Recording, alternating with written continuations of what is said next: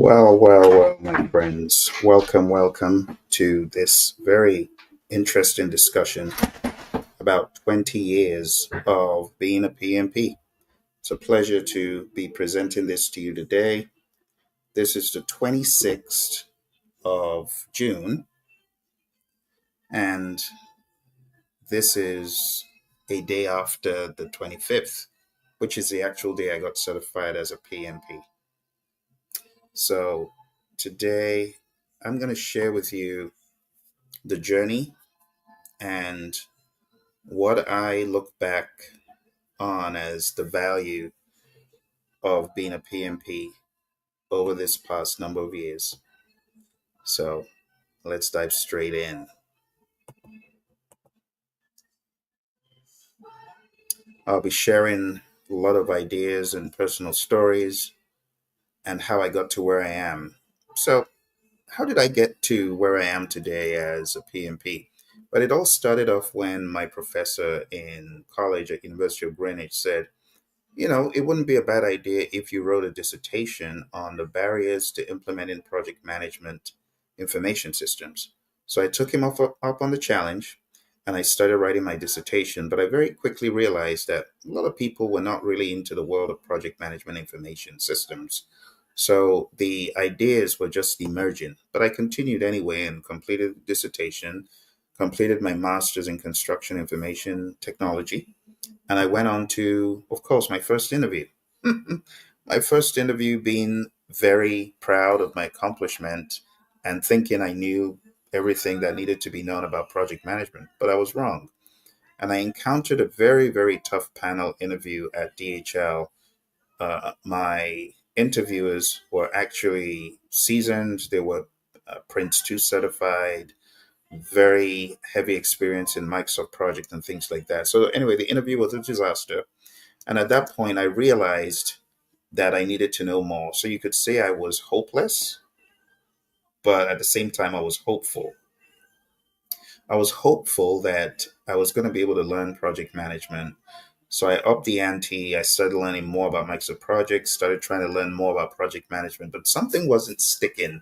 There was something missing. The same way you have a framework in certain domains of awareness and understanding, I knew that I needed to have a framework, but I didn't know what framework that was. So I continued trying my best to be diligent. I used Microsoft Project as a gateway, and all of a sudden, I got an opportunity to work for an organization that was a gateway to me meeting my mentor, Mary, who introduced me to the world of the Project Management Institute and the PMP exam. One day she said, you're very diligent in your project management. You would make a great PMP. So I asked her, how do I get PMP certified? So she basically showed me the way. She basically gave me the blueprint to getting PMP certified. Now, my journey to getting PMP certified, it was not a direct journey at all. In fact, I had many bumps and many delays along the way. So as opposed to just doing it straight up, I ended up delaying because each time I got closer to the time I would take this test, I kept pushing it off until one day I just got fed up and I said, you are going to take this exam on the 25th of June, 2005. I'm not going to take any excuses. You will face the music. So, I mean, talk about getting fed up of yourself. I got fed up of myself and I pushed myself to take the exam on that day, the 25th of June. The 25th of June, 2025 to yesterday in US time makes it 20 years that I was in that room taking my exam. So 2005 is the day I took it, and 2025 makes it 20 years. It's a huge reflection for me. And what makes this exam a life changing exam was not because the exam was hard, it was the promise I made. It's like making a pact, with yourself, making a promise. Or if you're a person of faith, making a promise to whatever you consider to be the higher power. So in my case, I made a pact, I made a promise. I said my last prayers pretty much because that exam was really, really hard. And I thought I needed more than just luck to come out. So I made a pact to myself and made a pact to a higher power, You know, if I can come out of this exam alive, I promise I will tell the world about this test. I will tell everyone how bad this exam was. And I'll never say anything bad about the PMI ever again. Well, that's one part of the promise I didn't exactly keep because I hold them accountable. Not that I see anything bad. But jokes apart, I came out of the exam alive and I held true to my promise. And the aftermath of it was me being given opportunity after opportunity after opportunity to hold true to my promise. So the promise, I'll tell everyone about it. I didn't even have to look very far because before you knew it, boom, there's an opportunity. And I found myself working at Honeywell. And I'm working at Honeywell, and my colleagues are failing this exam like really, really badly. Some people are like, will I ever pass? And I said, I can encourage and help these folks. So I started these bi weekly sessions. Long story short, I started helping people to understand the PMBOK guide and the PMP exam. This wasn't my job. You got to remember, I was in defense and space. It was not my job to teach PMP. It was my job to work on programs and earn value. But because of the need, I started training and coaching and helping. And that's what I did. And as I did that, eventually I ended up moving from defense and space to IT effectiveness.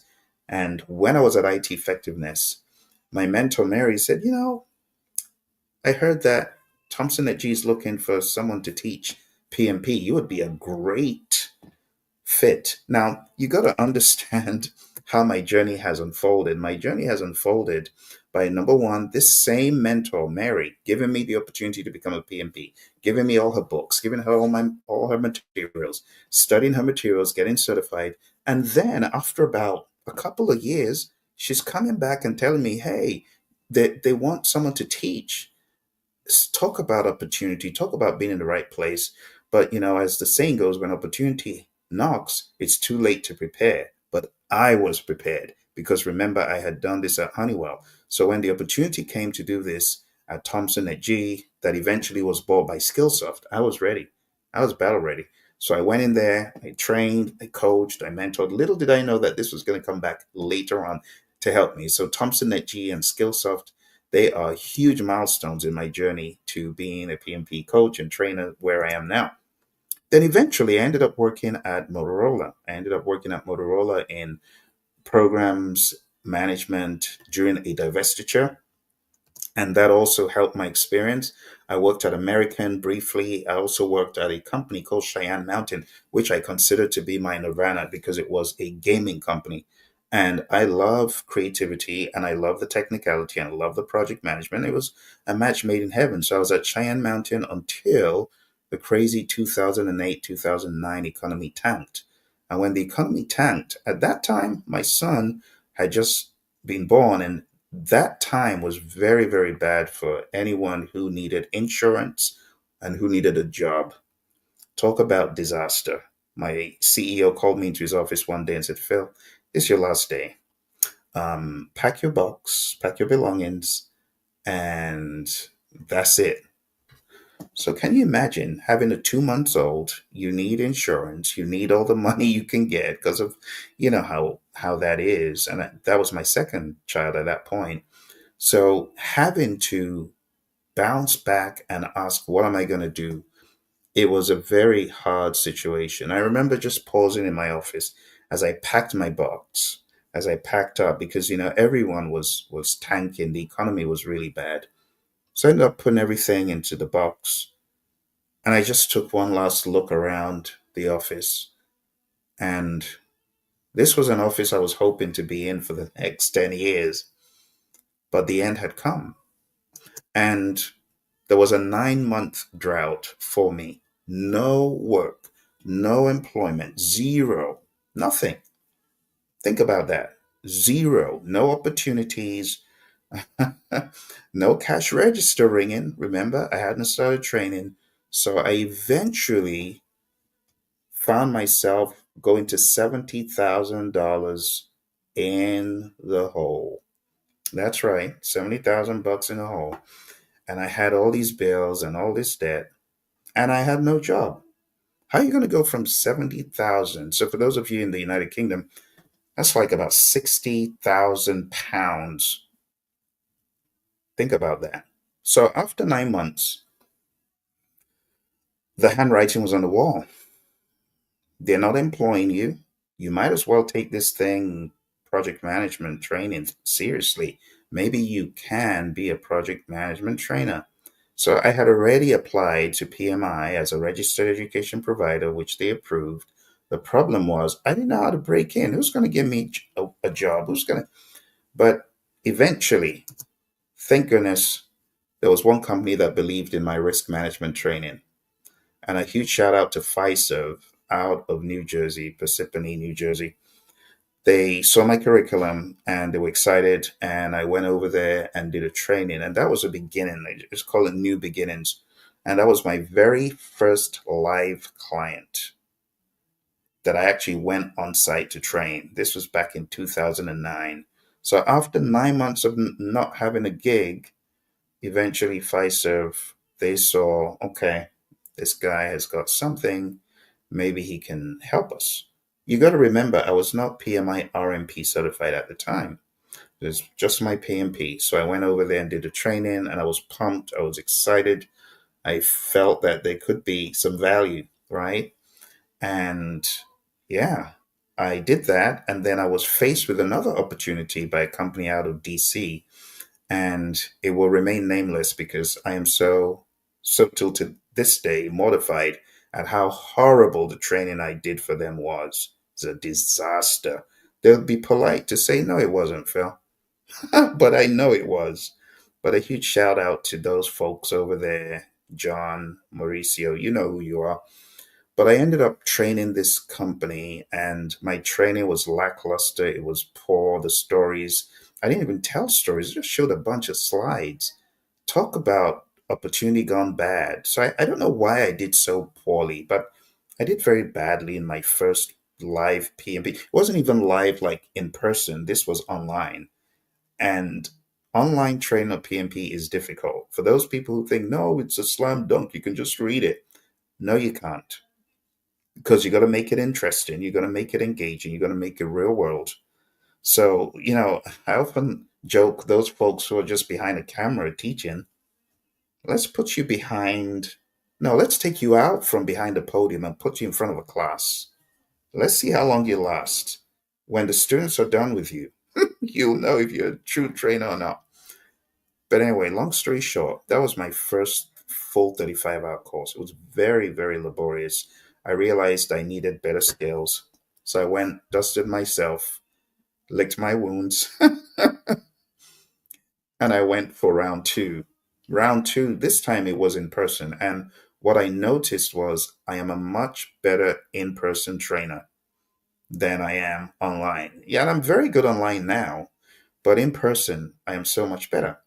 And I believe because I'm so much better when I'm in person, I enjoy in person much more. I can weave various innovative solutions to get my students to understand. And I discovered that about myself. So part of my 20-year reflection was, don't worry how bad it looks right now. Just worry about how much work you won't do.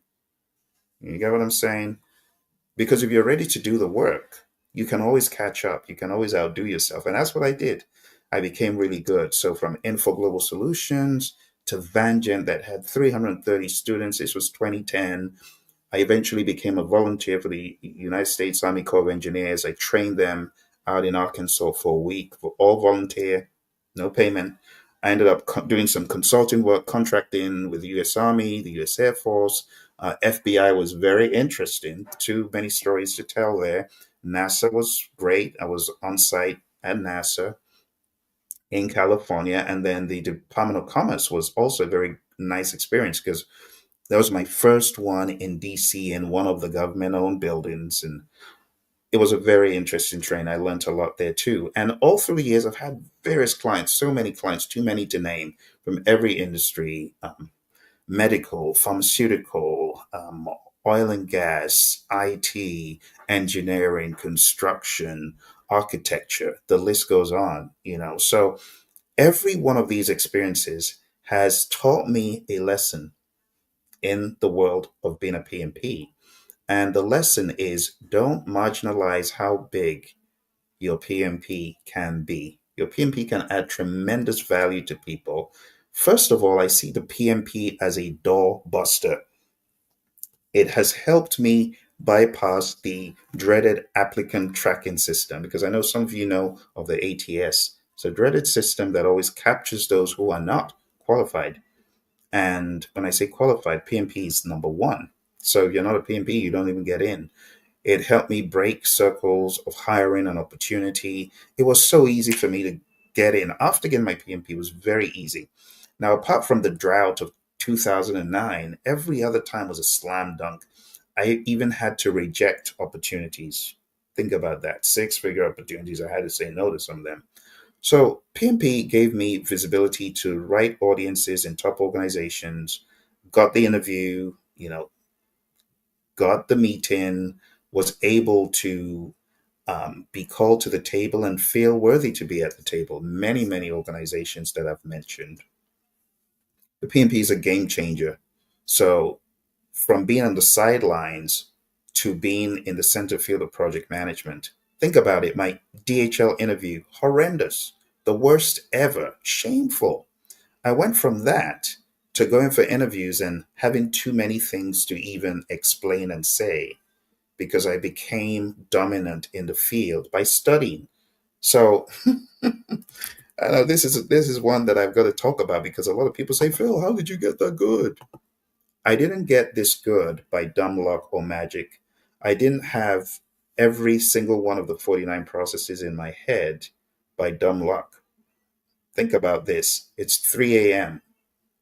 in this part of the world right now, in the United Kingdom, but I'm showing up. I'm showing up. You see what I'm talking about? I am not letting the time difference stop me. I am not letting the fact that most people are asleep, both in the United States and in the United Kingdom at this time, especially those on the East Coast. I am showing up because it's not about how many people I'm speaking to. It's about me going through the process. It's about me going through the fire for myself and for my future clients, for my future students who may be on the call on a future date. You see, I go through this to help elevate my game. So when I talk about all the 49 processes, like they're ingrained, I don't even need to look at a book anymore. I can speak to you about the world of Agile. I can talk about the values and the principles and Scrum. I don't need a book. Why? Because I'm living it and I'm showing up daily. You get what I'm saying? So I'm giving you this trick. If you want to kill the game, you must put in the work. You must study. You must know. It's not like, oh, well, I guess when I'm in front of a class, I'll open a book. No, it's too late at that point. So if you want to kill the interviews, you want to get great in project management, not only must you study, you must apply it. And then you must fail at it. Remember my worst ever training that I told you about? That poor company out of DC? They're still alive till today. Before I got on the call, I looked and saw, oh, they're still alive. Thank goodness. I didn't damage the system. They're still alive. So you got to practice, my friends. You got to fail. You got to practice. Okay, so PMP is a game changer, but it enabled me to add structured value using the principles, the frameworks, 5 process groups, 10 knowledge areas, hybrid thinking, agile thinking. And then when I go to firms, I can immediately see where the pain points are because I know this stuff very well. School of Hard Knocks, being beaten up over and over again by the content, right? By running away first and then running to it when I decided 25th of June, 2025 is it. It's also been a connector to places of power. Like I said, I volunteered with the USACE, consulted with FBI, US Army, went back to work for the Army Corps, by the way. This time I was paid for it out of Cali and created trust through structure, logic, and delivery. It's been a network multiplier. I've connected with so many like minds. I've been inspired to form the Project Leadership Institute as a result of my John Maxwell influence, which I talked about yesterday. And then having so many students coming through the pipeline as PMPs, I may realizing PMP isn't enough, but how am I going to help them? How am I going to help them if I just say, get certified and I guess you're on your own? No. So I formed the Project Leadership Institute, and I'm very proud of my PLI members, those who have gone the extra mile to not just be members, but also be speakers and teachers and mentors of their colleagues, right? So it's helped me build a lot of partnerships, legends like the risk doctor, Dr. David Hilson, Roy Schilling, my agile coach, and many others. It's enabled me expand professional reach through REPs and trainers, and it's helped me take things to that next level, right? It's enabled me leverage into the superpower of the minds that put the PMBOK guide together. This is why I get emotional. Let me talk for a second, my friends at PMI. If you're watching, I'll let you know why I'm very passionate about sixth edition, because I've trained many editions. You got to understand, since second edition, that was the one I studied for my exam, but after the third edition, I started being a reviewer and contributor. So fourth edition, fifth edition, sixth edition, seventh edition, and now eighth edition. Now, if you read my eighth edition commentaries, you realize I don't want PMI to change what already works. You can add findings, but if it ain't broke, don't try to fix it. So the eighth edition, that is why my comments on the eighth edition were, you did a really good job with the sixth. You messed up the seventh. You realize there's stuff in the six you need. Don't change what exists. So I've had the opportunity of training one of the longest reigning pinball guides. So you got to understand the sixth edition came out in 2018. This is 2025. Now, which edition are people talking about? It's not the seventh. If you go to companies, they're talking about the sixth. Why? Because it's laden with value. The 10 knowledge areas, the 5 process groups, and then the 49 process. I mean, it's like, the Rubik Cube, all the combinations you could possibly get in project management, they are in the 49 processes and the 10 knowledge areas and the 5 process groups. How do I know? Because I've been doing it and I haven't seen anyone that's broken the cube yet. Then I ask questions, and all the questions I get, they fit somewhere in the cube. So I see the sixth edition as a great configuration. Now, I know someone's going to say, but Phil, what about AI? Now, AI is an anomaly, but when you're questioning AI in project management, you still need a framework. And which framework do I use to dialogue with AI? I use the 10 knowledge areas. I use the 5 process groups. I use the 49 processes. And that's why I think one should keep those intact. One should keep those as is. There's no point reinventing the wheel. There's no point taking out procurement from the PMBOK guide. Why would you do that? When I, as a professional, was interviewing contractors and vendors, of course you need procurement. You need procurement. You need to have the mindedness that the sixth edition provides.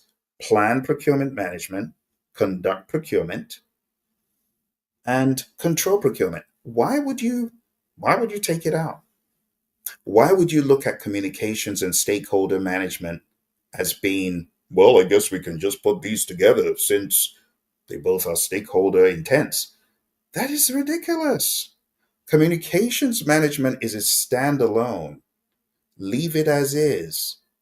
There's a reason why it has been that way, and there's a reason why many other bodies look at communication. Do you know that the PM spends 70 to 90% of the time communicating? So how can you take communications and chuck it into stakeholder? Like they're very different. When I'm talking about share of wallet or net promoter score, I'm clearly talking about my stakeholders. When I'm talking about the number of channels formula, I'm clearly talking about communications. And they're not the same. So this is why I'm very passionate about the PMBOK guides, because it's a gateway and it's a global gateway. So I really wish nothing would be changed, but I think that's already water under the bridge. But for you who's watching, think about it. Maybe you're a PMP. Why would you take out integration? Think about it. Why would you call integration, well, I guess we could just take it and throw it into governance? It's two different things. Governance is a much higher level thought that needs to be in its own domain. When I think about governance, governance needs to be maybe more like at the upper level or layer just before you get to the projects. But it's not the same as integration. Now, one of the books that PMI published that talks about this very well in a different lens is the Agile Practice Guide. So if you've read the Agile Practice Guide pages 90 to 95, what are you going to find? You're going to find the 10 knowledge areas talked about in an Agile lens. Do you understand what I'm saying? Okay, go back, rewind, listen again, because I know I'm losing several people who may not be that deep into PMBOK Guide, but I'm a huge fan of the PMBOK Guide 6th edition. Huge. And I'm probably still going to be using it even when the next edition comes out because I truly believe that they did a great job and I'm not looking to reinvent the wheel. All right. So, as far as being a diagnostic superpower, I would say the PMBOK guide makes that possible. All right, let's move on. Platform for influence. So, how did I become more influential in the world of project management? I became a registered education provider.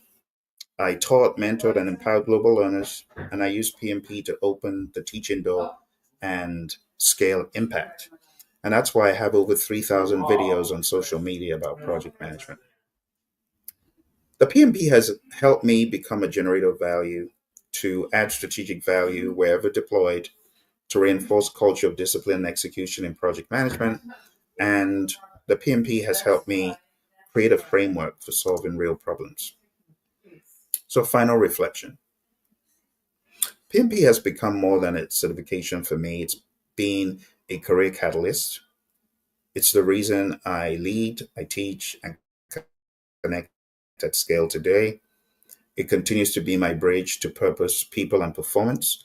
And if you wanted to think again at a much higher level, if I was going to share my 20 years of experience in a few sentences, what PMP has done, it's more than a credential. I know there are many people who don't think that it's beyond a badge, but it's whatever it is to you. You make it what you want it to be.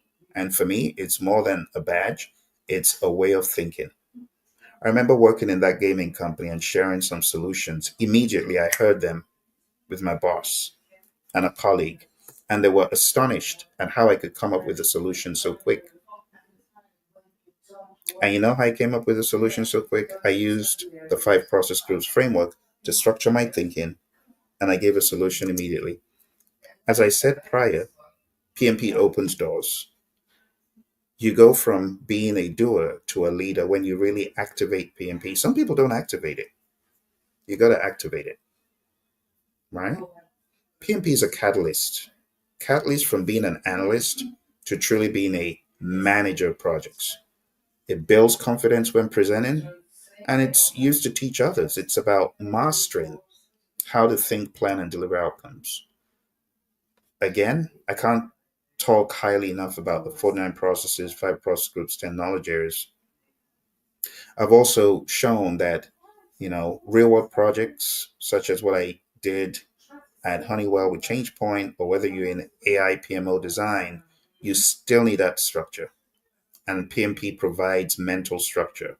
You see, there are different levels of PMPs, different levels. You have, as my buddy Lee Lambert would say, you have paper PMPs. Paper PMPs are those that hold a paper, but that's all they have. The paper.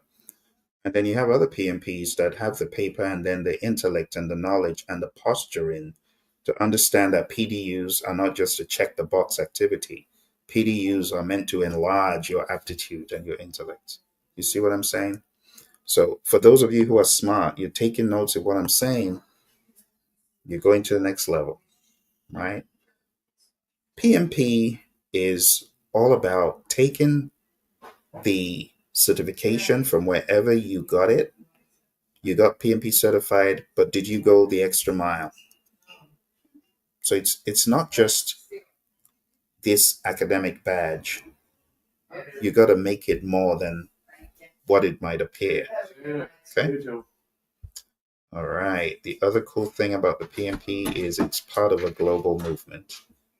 It's part of a global movement. Like wherever you go in the world, whether you're in Europe or whether you're in Africa, whether you're in Asia, you're going to find your brothers and sisters in the world of PMI. You're going to find them there somewhere. And I've been fortunate to go, from continent to continent, meeting people who are PMPs, and it just immediately builds a shared understanding, a shared language, builds credibility across borders. I mean, I've been everywhere from, like I said, training people on this side of the world, in the United Kingdom, the people that make the double decker buses, all the way to the uh, my friends in the U.S. Air Force. I actually spent an entire week on an Air Force base in Europe, here in the United Kingdom. Mildenhall is what's called, training PMP.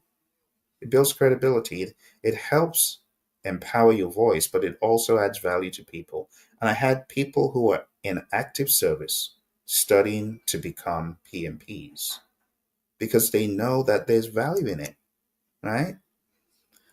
PMP also has helped reinvention over time. So apart from it just being predictive, or some people call it waterfall, the PMP helps you understand why agile, helps you understand why hybrid, and it helps you with your evolution as a professional to be more agile and to understand why. That's why I got really excited when PMI in 2021, 2020, 2021, when they said, we're going to up the ante with agile. It's now going to be on the exam.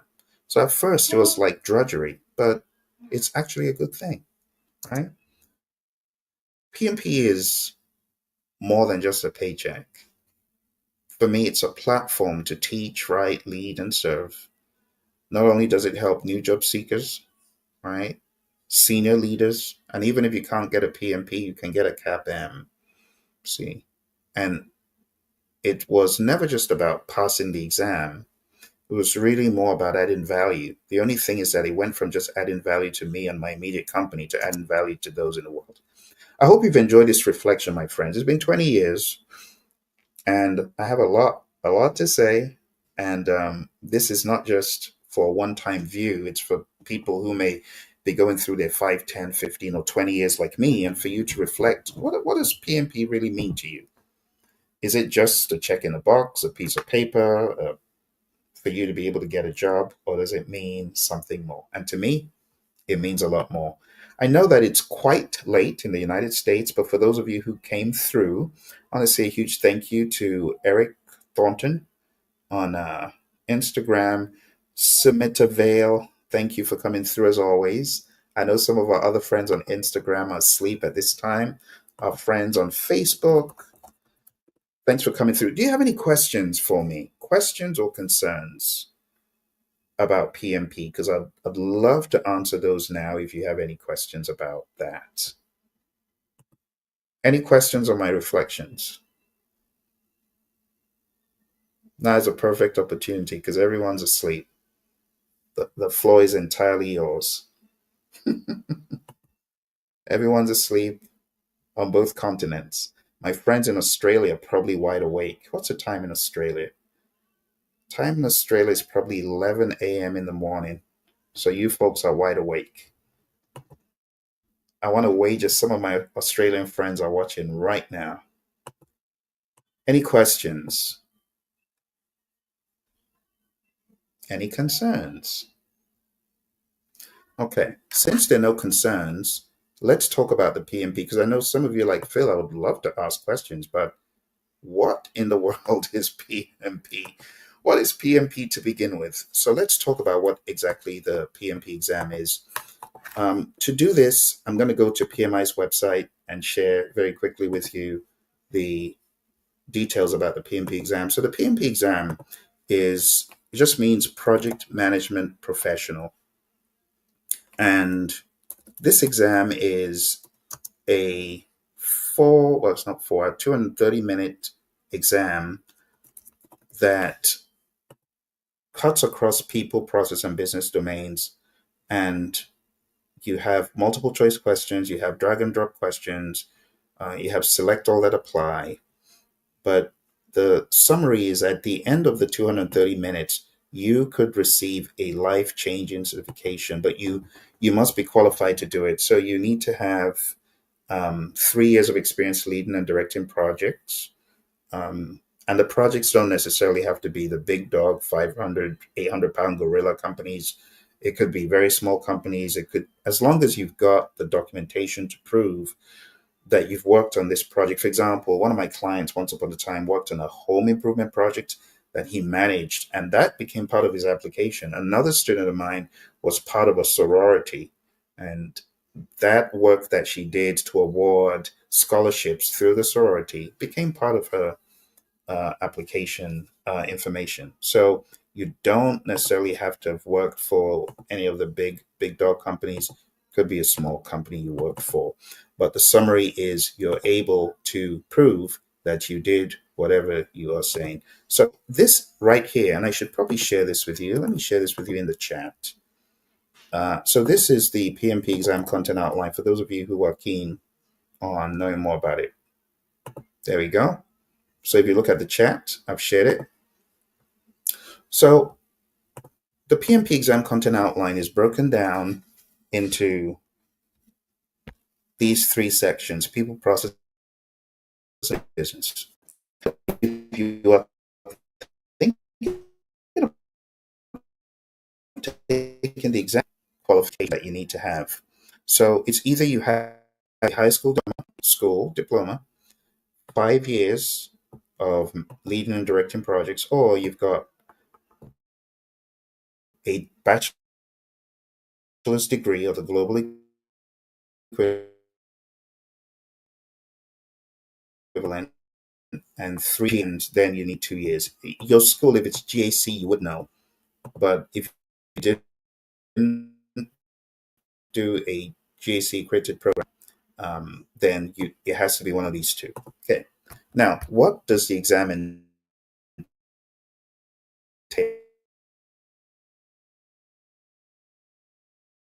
Because that's okay. You got 230 minutes. It's going to be a combination of track and dry and things such as that. And here you got more information about it. You got 2 breaks, 2 10-minute breaks. The first break will appear after you complete the first 60 questions. The second break after you've completed question 120. And this is an exam I often advise go to a test center to do it at home, and they later regret it because the rules are you cannot move out of frame. That camera is locked into you. Could be quite an experience. But anyway, if you do decide to go ahead and take the exam, this is what your exam will be based on. These domains: people, process, and business. The people domain is all about humans. It's about managing conflict, leading a team, right? Not with carrot and sticks, with setting a mission and empowerment. So you can see supporting team performance, empowering the team, ensuring team members and stakeholders are well trained, building the team, removing impediments, negotiating project agreements, collaboration, building a shared understanding as a team, engaging and supporting virtual teams because everyone works virtually. Some people have to go in.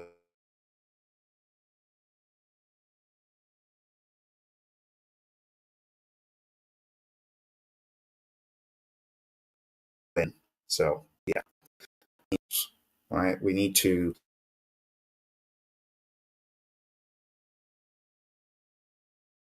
mentor our stakeholders and promote team performance. So that's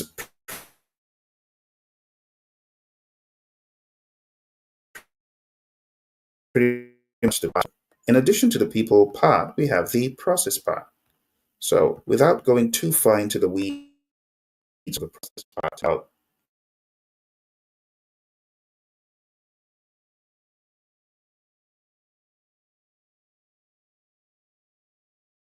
how you're going to execute the project in an agile way. There are 4 ways to think about this, or you could combine any of those and you can make it a hybrid.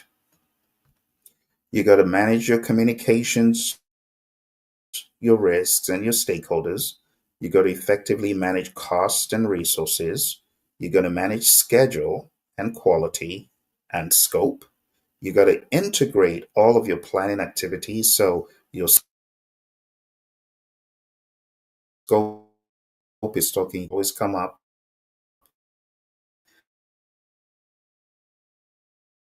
and how you choose to manage them. You got to plan and manage procurement. You got to also understand you got lots of paperwork, artifacts, documents. You got to determine the appropriate methodology, methods, and practices. You got to establish governance structure. You got to manage any issues. You know, there's a difference between risks and issues. A risk is something that could happen, favorable or unfavorable. But when we talk about issues, an issue is happening now, and it's something that needs to be resolved, something that needs to be addressed.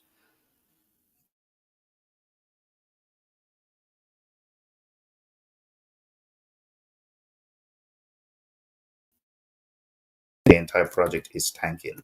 We don't want that. Okay. All right. I hope all of this is coming across. And lastly, we get into the business domain, and that is where we talk about compliance, ensuring that we are on top of the external environment as it changes, and lastly, supporting organizational change. All right. So, again, if you wanted more, just look for the link that I shared. All the information about the exam is in this document called the PMP exam content outline. And if you have questions on a later date, feel free to put them in the chat and I'll get to them as soon as possible. All right, I don't see any questions. So I want to say my thank you, and I want to say I wish you all the very best in your endeavors. Thank you for joining me, and keep being awesome in what you do. If you have decided not to take the PMP, maybe the CAPM is something you could look into. All right. I still have one more video to do on the CAPM. I'm looking forward to presenting that in the days ahead, probably sometime in June before June runs out. Okay. Thank you very much. All the very best, and bye for now.